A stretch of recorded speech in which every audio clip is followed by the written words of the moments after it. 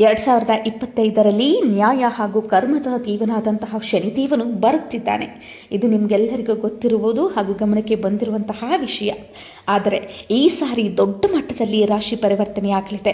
ಇದರಿಂದಾಗಿ ಜನರ ಪ್ರತಿಯೊಬ್ಬರ ಜೀವನದಲ್ಲಿ ಧ್ಯೇಯ ಅಥವಾ ಉದ್ದೇಶಗಳು ಬದಲಾಗಲಿವೆ. ಸಾತಿಯ ಚರಣಗಳೂ ಕೂಡ ಬದಲಾಗಲಿವೆ. ಪ್ರತಿಯೊಂದು ರಾಶಿಯ ಮೇಲೆ ಶನಿ ಪರಮಾತ್ಮನ ಪ್ರಭಾವ ಬೀಳಲಿದೆ. ಅದರಲ್ಲಿ ಕೆಲವೊಂದು ರಾಶಿಯವರಿಗೆ ಪರಿಶ್ರಮದ ಸಮಯ ಇರಲಿದೆ, ಇನ್ನು ಕೆಲವು ರಾಶಿಯವರಿಗೆ ತುಂಬಾ ಉತ್ತಮವಾಗಿರಲಿದೆ. ಈ ಎಲ್ಲ ರಾಶಿಗಳು ಯಾವುವು ಎನ್ನುವುದರ ಸಂಪೂರ್ಣ ಮಾಹಿತಿಯನ್ನು ತಿಳಿಯುವುದಕ್ಕಿಂತ ಮುಂಚೆ ಶನಿ ಪರಮಾತ್ಮನು ಯಾವ ಕೆಲಸ ಮಾಡ್ತಾನೆ, ಅವನ ಕಾರ್ಯವೇನು, ಅವನನ್ನ ತಿಳಿದುಕೊಳ್ಳೋಣ. ಸಾತಿಯ ಅರ್ಥವೇನು, ಇದೆಲ್ಲದರ ಬಗ್ಗೆ ನಾವು ಮೊದಲು ತಿಳಿದುಕೊಳ್ಳೋಣ. ಒಂದು ದಿನ ಶನಿಯು ತನ್ನ ತಂದೆ ಸೂರ್ಯನಿಂದ ಬೇಸತ್ತು ಆತನಿಂದ ಆದಂತಹ ನೋವು ಸಂಕಟಗಳಿಂದ ಬೇಜಾರಾಗಿ ತಾಯಿ ಛಾಯಾದೇವಿಯ ಅಪ್ಪಣೆ ಪಡೆದು ಕಾಶಿಗೆ ಹೋಗಿ ಗಂಗಾ ಸ್ನಾನವನ್ನು ಮುಗಿಸಿ ಶಿವನ ಕುರಿತು ತಪಸ್ಸನ್ನ ಕೈಗೊಳ್ತಾನೆ. ಅನೇಕ ವರ್ಷಗಳ ನಂತರ ಶಿವನು ಪ್ರತ್ಯಕ್ಷನಾಗಿ ಏನು ಬರಬೇಕು ಎಂದು ಶನಿಯನ್ನ ಕೇಳುತ್ತಾನೆ. ಆಗ ಶನಿಯು, ನನಗೆ ಯಾವ ಉದ್ದೇಶ ಯಾವ ಆಸೆಯೂ ಇಲ್ಲ, ನಿನ್ನ ಮೇಲಿನ ಅಪಾರ ಭಕ್ತಿಯಿಂದ ಪ್ರೀತಿಯಿಂದ ತಪಸ್ಸನ್ನ ಕೈಗೊಂಡಿರುವೆ ಎಂದಾಗ ಶಿವನು ಶನಿಯ ಭಕ್ತಿಗೆ ಮೆಚ್ಚಿ ಇನ್ನು ಮುಂದೆ ನೀನು ಗ್ರಹಕೂಟಗಳಲ್ಲಿ ಒಬ್ಬನಾಗಿ ಹೆಸರುವಾಸಿಯಾಗು ಎಂದು ವರ ನೀಡ್ತಾನೆ. ಆಗ ಶಿವನನ್ನು ಬಿಡದೆ ಹಿಂಬಾಲಿಸಿ ಶನಿಯು ಕೈಲಾಸಕ್ಕೆ ಹೋಗ್ತಾನೆ.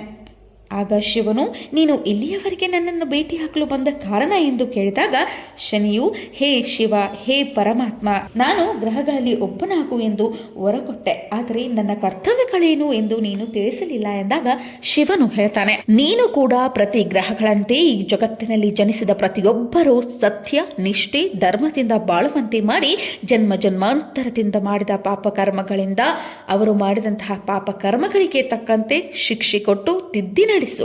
ಅದೇ ರೀತಿ ಜನ್ಮ ಜನ್ಮಾಂತರಗಳಲ್ಲಿ ಮಾಡಿದ ಪುಣ್ಯ ಕರ್ಮಗಳಿಗೆ ತಕ್ಕಂತೆ ಅವರಿಗೆ ಸಕಲ ಸೌಭಾಗ್ಯ ಐಶ್ವರ್ಯಗಳನ್ನು ಕೊಟ್ಟು ಕಾಪಾಡು ಎಂದು ಶನಿದೇವನಿಗೆ ಶಿವನು ಅವನ ಕರ್ತವ್ಯವನ್ನ ತಿಳಿಸಿಕೊಡ್ತಾನೆ. ಆಗ ಶನಿದೇವ, ಕೇವಲ ಮಾನವರಿಗೆ ಮಾತ್ರನಾ ಅಥವಾ ದೇವತೆಗಳಿಗೂ ಕೂಡ ನನ್ನ ಫಲ ಗೋಚಾರವಾಗಬೇಕಾ ಎಂದು ಕೇಳಿದಾಗ ಶಿವನು, ಈ ಕರ್ಮಫಲ ತ್ರಿಮೂರ್ತಿಗಳಿಗೂ ಬಿಟ್ಟಿದ್ದಲ್ಲ, ಅವರವರ ಕರ್ಮಫಲದಂತೆ ದೇವಾನುದೇವತೆಗಳು ಅನುಭವಿಸಲೇಬೇಕು ಎಂದು ಹೇಳಿದ.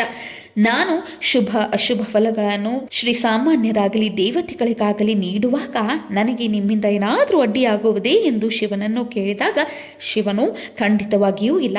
ನಾವು ಅಂದರೆ ತ್ರಿಮೂರ್ತಿಗಳು ಸೃಷ್ಟಿಯ ನಿಯಮದ ವಿರುದ್ಧ ನಡೆಯುವುದಿಲ್ಲ.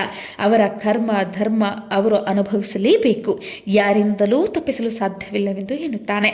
ಈ ರೀತಿಯಾಗಿ ಶನಿರಾಜನು ಶಿವನಿಂದ ಪಡೆದ ವರದಿಂದ ಒಂದು ಗ್ರಹವಾಗಿ ನಿಷ್ಪಕ್ಷಪಾತದಿಂದ ತ್ರಿಲೋಕದಲ್ಲಿರುವ ಪ್ರತಿಯೊಬ್ಬ ಜೀವಿಯ ಮೇಲೆಯೂ ತನ್ನ ಕಾರ್ಯವನ್ನ ಮುಂದುವರಿಸುತ್ತಿದ್ದಾನೆ. ಹಾಗಾಗಿ ಧರ್ಮ ನಿಷ್ಠೆ ಹಾಗೂ ಕರ್ಮದ ದೇವನಾದಂತಹ ಶನಿಯು 2025ರಲ್ಲಿ ಮೇಷರಾಶಿಯಿಂದ ಹಿಡಿದು ಮೀನರಾಶಿಯವರೆಗೂ ತನ್ನ ಪ್ರಭಾವವನ್ನ ಬೀರಲಿದ್ದಾನೆ. ಇನ್ನು ಶನಿದೇವನು 7.5 ವರ್ಷಗಳಲ್ಲಿ 3 ಚರಣಗಳಲ್ಲಿ ಪ್ರತಿಯೊಂದು ರಾಶಿಗಳ ಮೇಲೆ ಪ್ರಭಾವವನ್ನ ತನ್ನ ದೃಷ್ಟಿಯನ್ನ ಬೀರ್ತಾನೆ. ಶನಿರಾಜನು ಪ್ರಸ್ತುತ 11ನೇ ರಾಶಿಯಾದಂತಹ ಕುಂಭರಾಶಿಯಲ್ಲಿ ಕುಳಿತಿದ್ದಾನೆ. ಮಾರ್ಚ್ 29ರ ನಂತರ ಶನಿದೇವನು ತನ್ನ ಸ್ಥಾನವನ್ನ ಬದಲಿಸಲಿದ್ದಾನೆ ಮತ್ತು ಮೀನರಾಶಿಯಲ್ಲಿ ಪ್ರವೇಶವನ್ನು ಪಡೆಯುವನು. ಇದರಿಂದಾಗಿ ಪ್ರತಿಯೊಂದು ರಾಶಿಯ ಮೇಲೆ ಶನಿಯ ದೃಷ್ಟಿ ಬೀಳಲಿದೆ.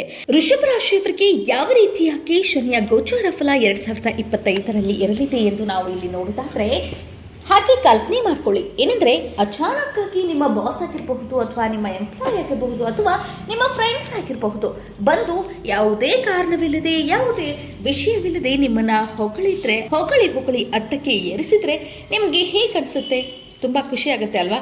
ಹಾಗೆಯೇ ನಿಮ್ಮ ಈ ವರ್ಷದ ಜಾತಕದಲ್ಲಿ ನೀವು ಎಕ್ಸ್ಪೀರಿಯನ್ಸ್ ಮಾಡಲಿದ್ದೀರಿ ಈ ಒಂದು ಹೊಗಳಿಕೆಯನ್ನ. ಇನ್ನು ವೃಷಭರಾಶಿಯವರು ಅಲಂಕಾರದ ಪ್ರಿಯರು, ಸೌಂದರ್ಯದ ಪ್ರಿಯರಾಗಿರ್ತಾರೆ. ತಮ್ಮ ಮಾತಿನ ಮೇಲೆ ಹಿಡಿತವನ್ನ ಇಟ್ಕೊಂಡಿರ್ತಾರೆ, ಮಾತಿಗೆ ತಕ್ಕಂತೆ ನಡೆದುಕೊಳ್ಳುವವರಾಗಿರ್ತಾರೆ. ಈ ವರ್ಷ ಶನಿಯ ಗೋಚಾರ ಫಲವನ್ನ ನಾವು ಗಮನಿಸುವುದಾದ್ರೆ, ಶನಿಯು ನಿಮ್ಮ ರಾಶಿಯಲ್ಲಿ 11ನೇ ಮನೆಯಲ್ಲಿ ಇರುವುದರಿಂದ ನಿಮ್ಮ ಮುಂದಿನ ಕರಿಯರ್ ಹಾಗೂ ಹೆಚ್ಚು ಲಾಭ ಗಳಿಸುವ ಮಾರ್ಗಗಳು ತೆರೆದುಕೊಳ್ಳಲಿವೆ. ನೀವು ರೆಡಿಯಾಗಿರಿ, ಸಿದ್ಧರಾಗಿರಿ.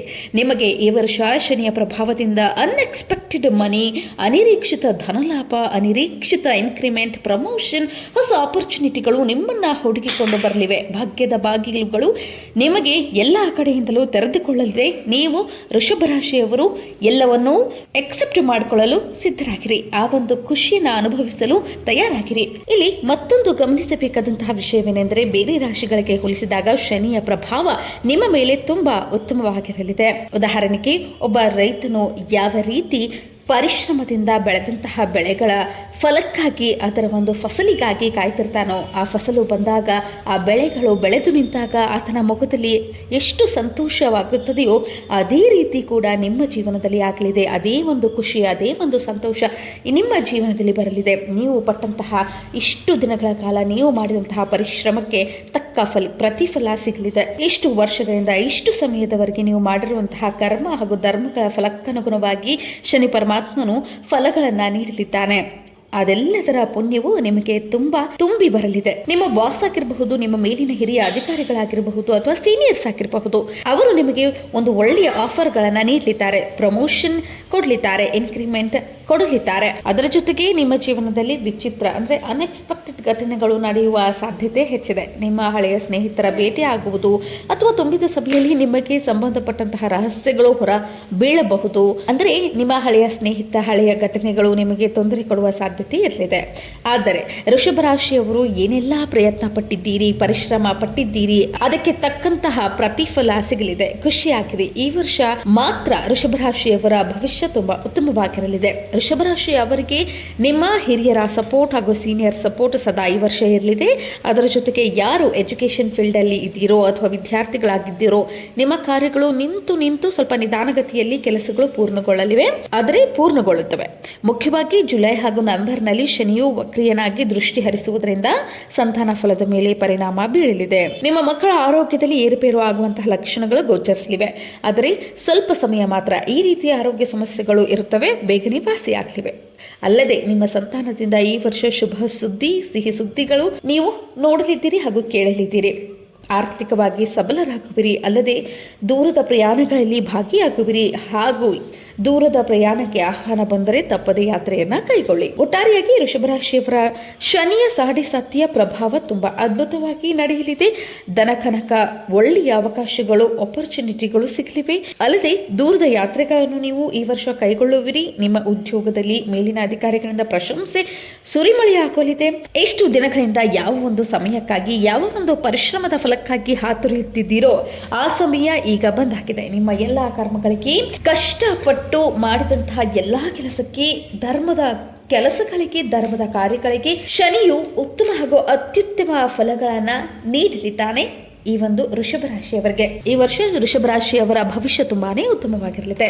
ಇನ್ನು ಶನಿದೇವರ ವಕ್ರ ದೃಷ್ಟಿಯಿಂದ ಪಾರಾಗಲು ವೃಷಭ ರಾಶಿಯವರು ಯಾವ ಒಂದು ಉಪಾಯವನ್ನು ಮಾಡಬೇಕು ಅಂತಂದರೆ, ಪ್ರತಿ ಶನಿವಾರ ನೀವು ಶನೀಶ್ವರನ ದೇವಾಲಯಕ್ಕೆ ತೆರಳಿ ಆತನಿಗೆ ಎಳ್ಳೆಣ್ಣೆಯನ್ನು ಅರ್ಪಿಸಬೇಕು.